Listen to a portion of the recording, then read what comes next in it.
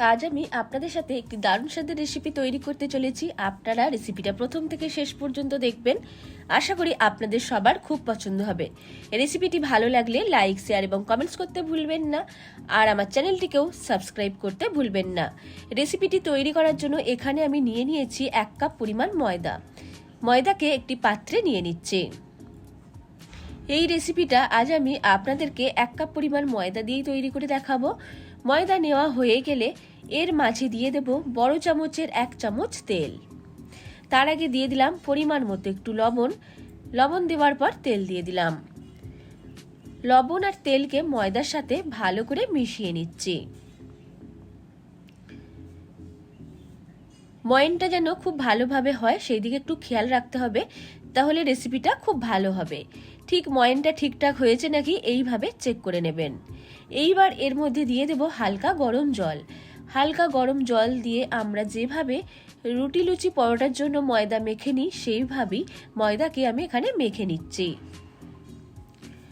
ময়দাটাকে মেখে একটা ডো তৈরি করে নিলাম। এইবার ময়দার ডো থেকে লেচি কেটে নেব। এখানে লেচির সাইজ খুব ছোটও হবে না, খুব বড়ও হবে না। লুচির থেকে একটু বড় সাইজের লেচিগুলোকে কেটে নিতে হবে। আমি এখানে প্রত্যেকটা লেচি কেটে নেওয়ার পর হাতে করে গোল করে নিয়েছি। গোল করে নেওয়ার পর লেচিগুলোকে ঠিক হাতে করে এইভাবে লম্বা করে নেব। খুব সহজেই হাতে করে একটু চাপ দিলেই এই রকম লম্বা হয়ে যাবে। লম্বা হয়ে যাওয়ার পর এটাকে গোল করে নেব।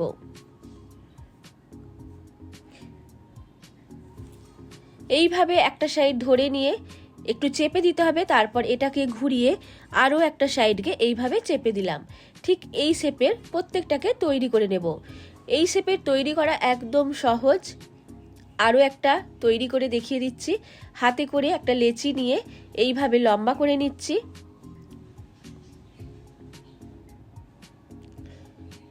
লম্বা করে নেওয়ার পর একটা সাইডকে ধরে এইভাবে ভেতর দিকে নিয়ে গিয়ে একটু চেপে দেব যেন আটকে যায়, আর এই পাশটাকেও নিয়ে সেইভাবে ঘুরিয়ে চেপে দেব। তাহলে এটা খুব ভালোভাবে আটকে যাবে, পরে খুলে যাবার ভয় নেই। এটাও রেডি হয়ে গেল। এইভাবে আমি সবগুলোকে তৈরি করে নিয়ে নিচ্ছি। আবার বলছি, এই ডিজাইনটা তৈরি করা খুব সহজ। একদম ভালোভাবে দেখলেই খুব সহজভাবেই তৈরি করতে পারেন।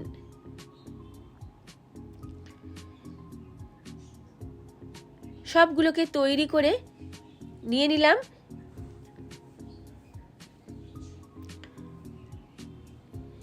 এইবার গ্যাস অন করে তেল গরম করতে দিয়েছি।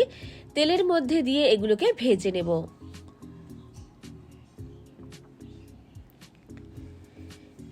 খুব বেশি হাই ফ্লেমে ভাজবেন না, মিডিয়াম ফ্লেমে ভেজে নেবেন। তাহলে ভেতর পর্যন্ত খুব ভালোভাবে ভাজা হবে আর ওপরটা খুব মুচমুচে হবে। সবগুলোকে আমি একসাথেই তেলের মধ্যে দিয়ে দিচ্ছি। তেলে দেওয়ার পর কিছুক্ষণ অপেক্ষা করব। যখন কালারটা হালকা চেঞ্জ হয়ে যাবে তখন এগুলোকে উল্টে দেব।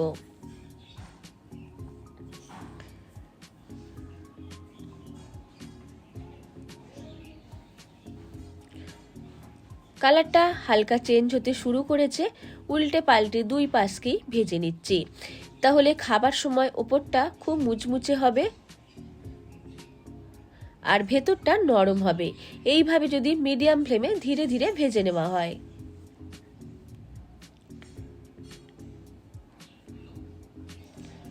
বেশ অনেকটাই ভাজা হয়ে গেছে। আরও একটু ভেজে নিয়ে এগুলোকে তেল থেকে তুলে নিয়ে নেব। আর ভাজতেও খুব কম পরিমাণ তেল লাগে।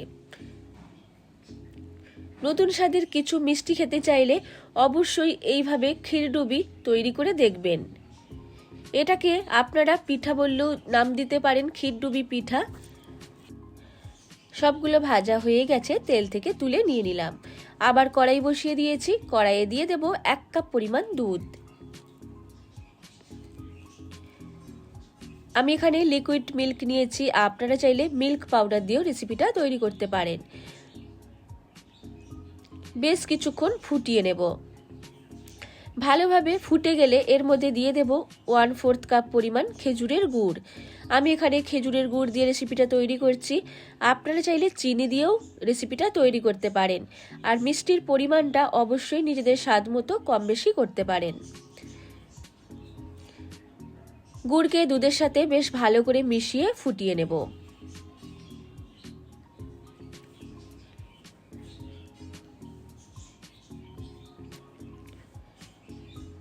ভালোভাবে মিশে গেছে আর ভালোভাবে ফুটেও গেছে।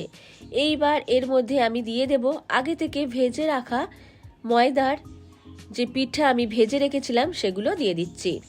দুধের মধ্যে দেওয়ার পর কিছুক্ষণ ফুটিয়ে নেব, লো ফ্লেমে ফুটিয়ে নিতে হবে।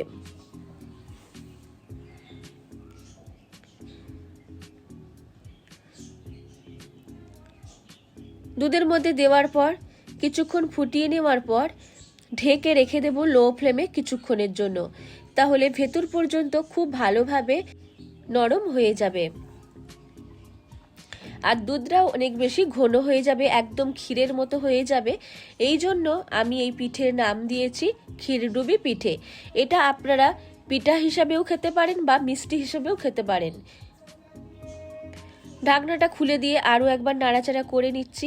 মনে হচ্ছে আরও কিছুক্ষণ ফোটাতে হবে, সেই জন্য আরও একবার ঢেকে কিছুক্ষণ ফুটিয়ে নিচ্ছি, যাতে আরও বেশি দুধটা ফুটে যায়, মানে আরও একটু ঘন হয়ে যায়।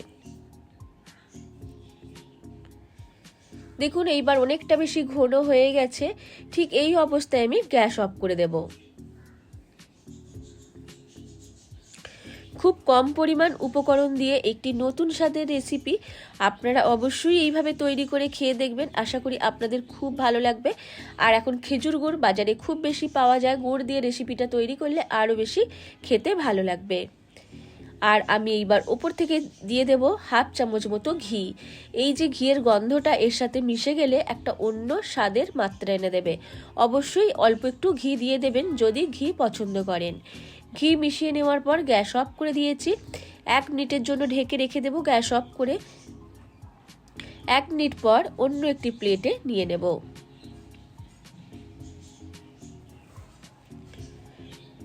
একদম নতুন স্বাদের একটি রেসিপি রেডি, যা তৈরি করতে খুব কম সময় লাগে, মুখে দিলেই মিলিয়ে যাবে অপূর্ব স্বাদের একটি রেসিপি।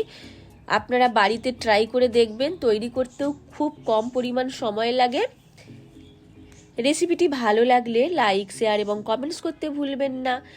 আর আমার থেকে আমার নিত্য নতুন রেসিপি পাওয়ার জন্য প্লিজ আমার চ্যানেলটিকেও সাবস্ক্রাইব করতে ভুলবেন না।